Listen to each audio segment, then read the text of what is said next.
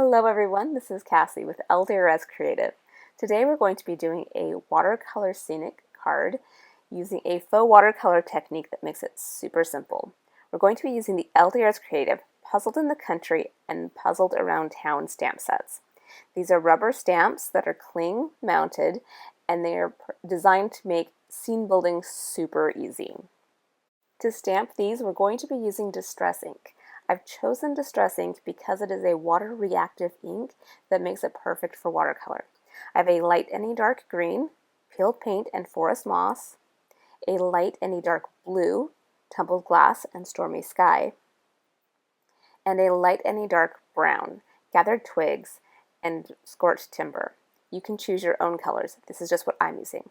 I also have a paintbrush, a spray bottle that does a fine mist filled with water, a blender brush for my blue, an acrylic block, as well as my Misty that I'm going to be working on for the most part. You will also want to choose a watercolor paper.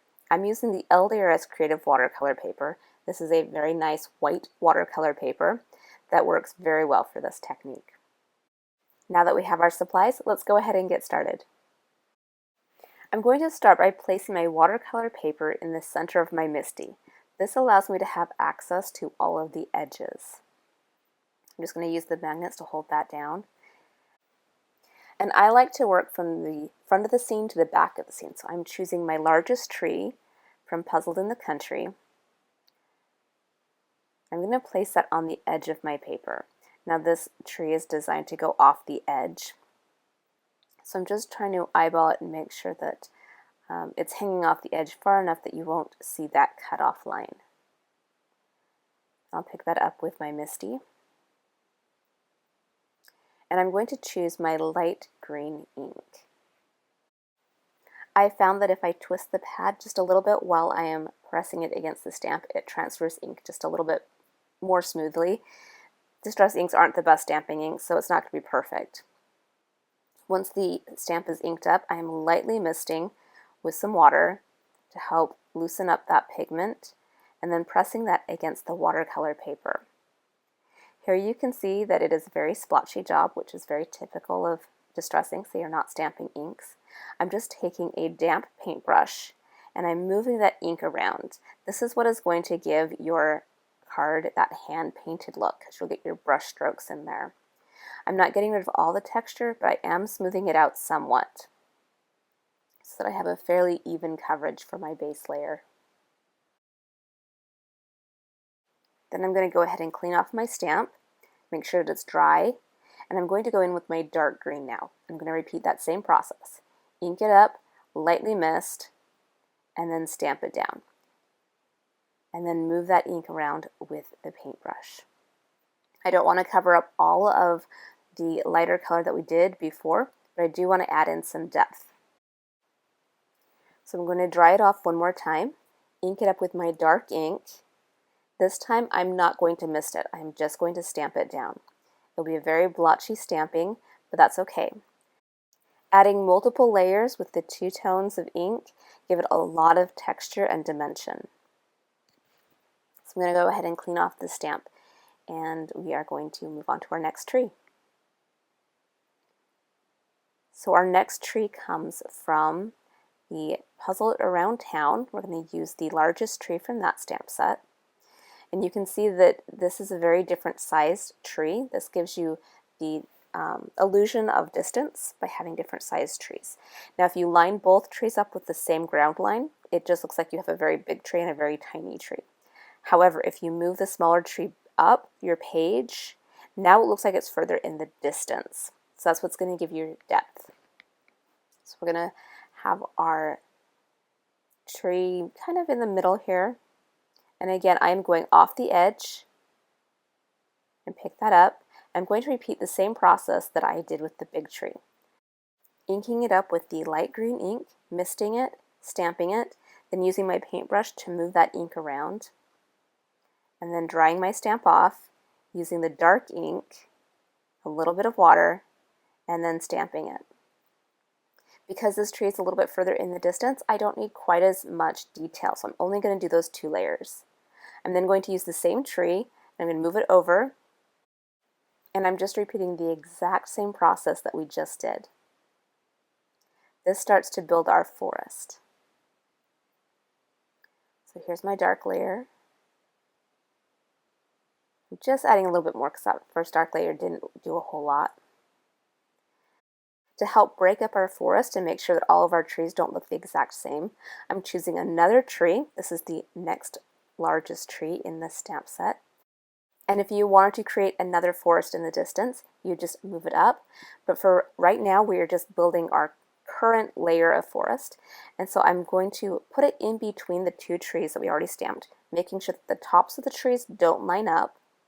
And I'm just using this as kind of a filler. It's a tree you kind of see through the trees. So I'm doing the same thing,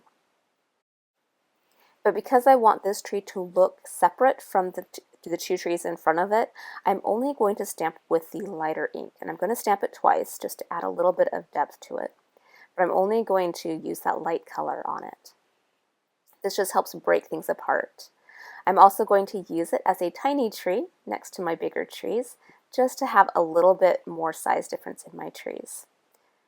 So I did the dark and the light ink on that one. Now that we have two different layers of trees, we need to add in our horizon line. Now this stamp set has a couple different options for horizons. You can do a mountain or you can do a forest. I'm going to go ahead and do the forest. Where I live, there is a lot of forest. So I'm just going to go ahead and choose that forest. And you can see how tiny they are. That gives it distance again. So to push these trees back, I'm making sure that the bottom edge of my trees is further up the page than my last line of trees. You do want to make sure that this stamp is straight. You want a nice straight horizon line. As things go back in the distance, they are lighter, so I'm only going to be using the light ink for this. So I've stamped it and I'm now doing my water brush. And I'm going to add just a little bit more of that light ink just to give it some texture. Now I'm going to have to move my paper over so that I can stamp that last little bit over on the edge. You don't see much of it, but you see just enough that it makes a difference. Now while this is still wet, I'm taking my damp brush and I'm gently moving it across the bottom line of the trees and then pulling some of that pigment down. This is going to be the reflection of the trees in the water. Now we want to give that a chance to dry, so we're going to work on the ground in the front. To do that, I am just going to smash my brown ink and both of my brown inks onto the lid of my MISTI. I'm going to pick up some of the ink with my watercolor brush, and I am just going to slap some of it on. I am not being super careful. I'm just adding some colors here and there, adding some darker color under the trees. I even threw in a little bit of green just for some fun. Now we're going to use this textured stamp. This could be dirt or it could be grass. It's just a really nice texture stamp. And I'm going to put that on my acrylic block so that I can move it around easily. And I'm going to ink it up with one of my brown inks. And I'm just going to stamp it. And each time I stamp it down, I'm twisting that stamp so that it doesn't look like it's just a repeated pattern. I'm also going to soften those edges with the wet brush. When you stamp into a wet spot, it's going to be a very soft kind of texture. If you stamp on a dry spot, it will have a sharper edge to it. I'm just kind of softening everything up, and then I'm going in and adding some deeper shadows right underneath my trees. I really love how easy the texture stamp makes making ground. While our ground dries, let's jump to the sky. For the sky, I'm going to use an ink blending brush and my light blue, and I'm just going to blend in a sky. I like to have a little bit darker ink around the edges. Just kind of gives it a nice vignette look to it. I'm just adding in some blue. Now that we have our sky in, if your trees and your ground are dry, then it's time to add in our water. So to do this, I'm using my darker blue, and I'm using this water stamp. And I'm going to line this up right against that horizon line, trying to make sure it's straight. Just going to make sure that my paper doesn't move at all. I'm going to pick that up. Now you can see that we don't need very much of it because we just need what's in between those trees to show. So I'm going to focus my ink right in that spot that's just right in between those trees. Don't worry if you get some on your trees, it won't show too much. So I'm inking it up, spraying it. I'm going to wipe it off of our trees. And then I'm going to move the stamp down and just a little bit more ink. And I'm stamping that down just super lightly. Then I'm going to go back with my brush and soften some of those lines. You can also pick up some of the excess ink off of your stamp to help fill in some of these spots that didn't get any ink. I'm just going to make sure that I have some blue in between the tree branches. And all the way up to the shoreline. When your water is dry, you can add some cattails to your shore if you want. Super easy. I'm just taking a small brush. I will move my hand in a second. And I'm just flicking up some lines from the ground. I'm using my dark green for this. Just giving some nice long lines. That would be, if you just left it like that, that would be nice grasses. I'm going to darken some of these lines and thicken them up just a little bit. Then using your brown ink, you can just add some little ovals near the top of your stalks. And that's how simple cattails are. I'm just making a few of these just right along the shore. Once everything is dry, we're ready to turn this into a card. Now I have a couple different places I could add a sentiment. I can put it down in the ground or up in the sky. So while I'm thinking about how I want to do the sentiment, I'm going to go ahead and grab the hand-torn rectangle dies, and I'm going to die cut my scene out. This will allow me to add a little bit of a border around it on my card. So I have a top folding A2 card, and I've chosen a salmon color because it pops nicely against those greens and blues.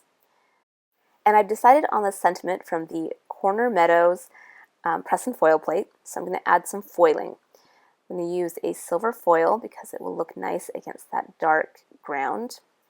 And I'm going to tape down my plate, add the foil, then flip the plate back up. This allows me to line up the plate before I have the foil on there. I'll tape that down as well. Carefully pull that off of my table, and I'll run that through my foil machine. Meanwhile, I am attaching my salmon paper to my card base.